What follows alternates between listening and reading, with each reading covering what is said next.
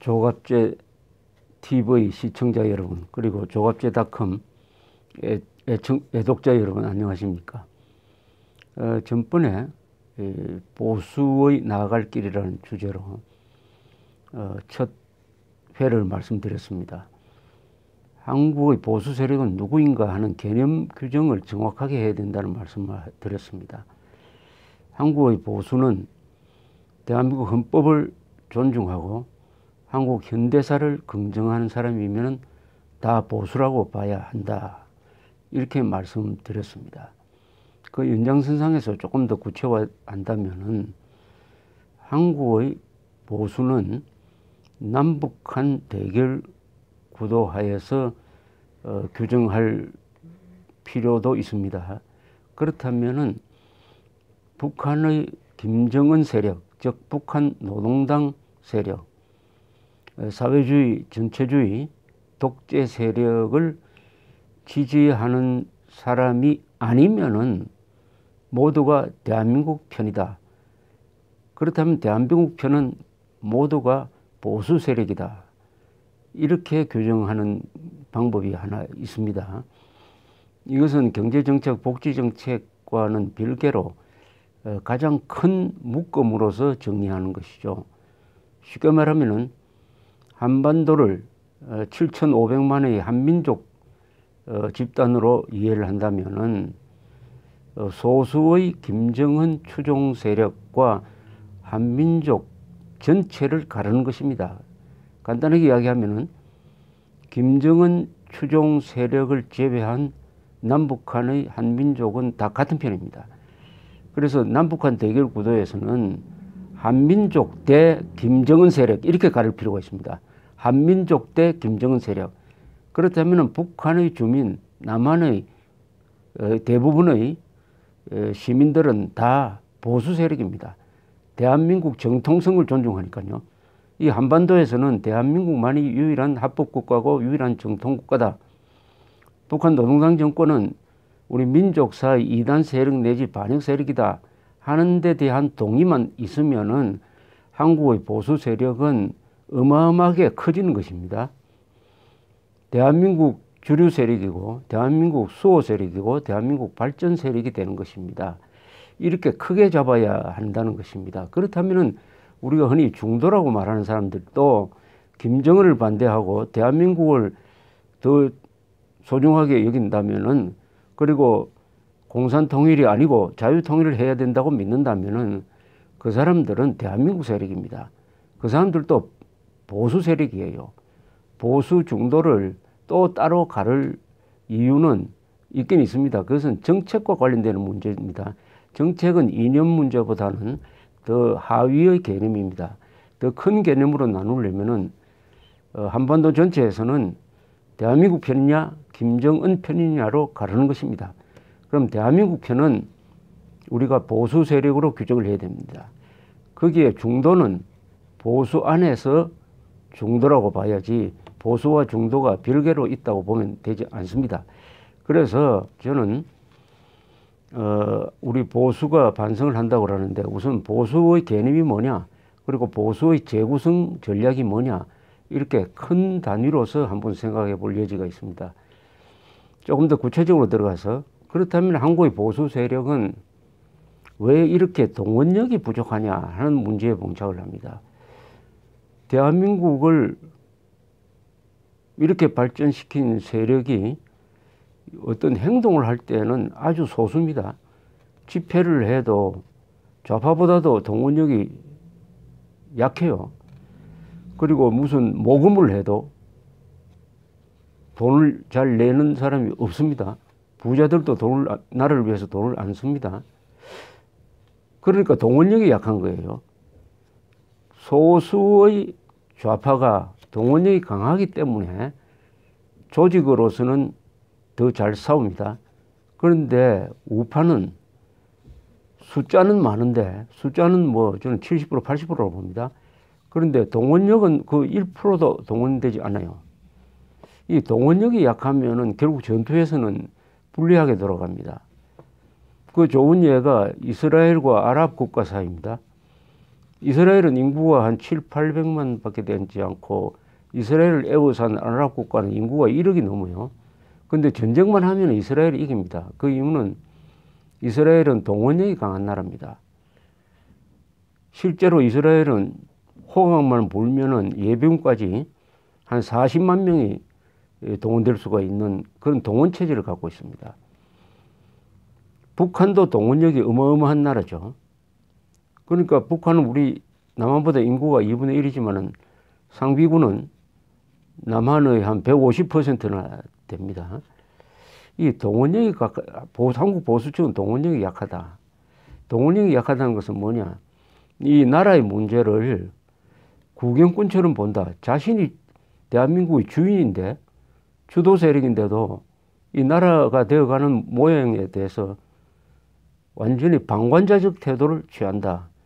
그러면서 자기가 보수면서 요새 보수 세력이 뭐 하느냐고 묻고 다닙니다. 자신은 나설 생각을 하지 않고 나서든지 아니면은 돈으로 지원을 하든지 아니면은 다른 방법으로 보수 행동가를 지원할 생각은 하지 않고 보수 행동가들이 뭘 해주기를 바랍니다. 한국의 보수 행동가들은 이 보수층의 규모나 여기에 비해서는 숫자가 적어요. 그리고 대표성이 보수 전체를 대표할 만한 능력이나 수준이나 이런 데서 상당히 부족한 점이 많습니다. 그나마 그 사람들이 용기를 가지고 이렇게 싸워오고 있다는 것은 어떻게 보면 참 애처로운 상황입니다. 이렇게 돼서는 안 됩니다. 한국의 보수 행동가들은 보수층의 규모에 비해서 너무나 숫자가 적어요. 그것은 보수층의 동원력이 적다는 뜻입니다. 그러니까 이제는 보수층이 동원력을 가져야 됩니다. 보수층이 활성화되어야 돼요. 그러면은 너도 나도 보수 행동가가 될 수 있습니다. 기업인 출신은 왜 보수 행동가가 될 수 없습니까? IT 전문가는 왜 보수 행동가가 될 수 없습니까? 국방장관 출신들은 보수 행동가가 될 수 없습니까? 되어야죠. 장관 출신들은 당연히 보수 행동가가 되어야죠. 훌륭한 교수, 원로들, 젊은 사람들, 특히 젊은 사람들, 그 사람들이 김정은을 싫어하고 대한민국을 더 좋아한다. 지금 대한민국 위기에 몰려있다고 생각하면은 뭔가 행동을 해야 될 거 아닙니까? 그래서 이 보수층을 활성화시켜서 좀 더 강한 그리고 수준 높은 보수 행동 그룹을 만들어내야 됩니다. 오늘날의 보수 행동가 그룹은 한국의 보수층을 대표한다고 하기에는 너무나 작아요. 어떤 점에서는 좀 초라합니다. 애처롭기도 하고. 어떻게 해야 됩니까?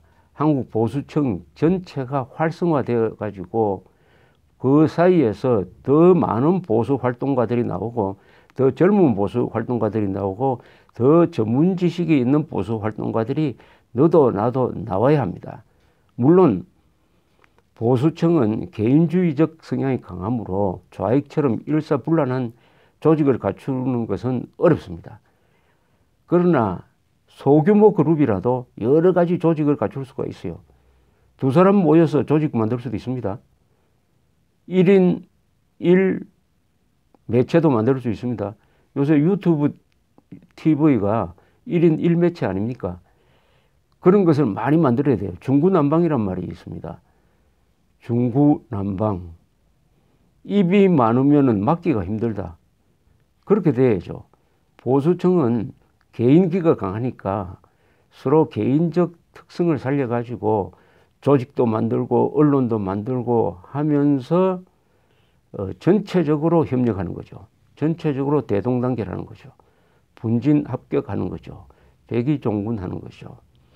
저는 이 보수의 행동 원리에 대해서 이런 생각을 갖고 있습니다. 첫째, 대동단계를 해야 됩니다.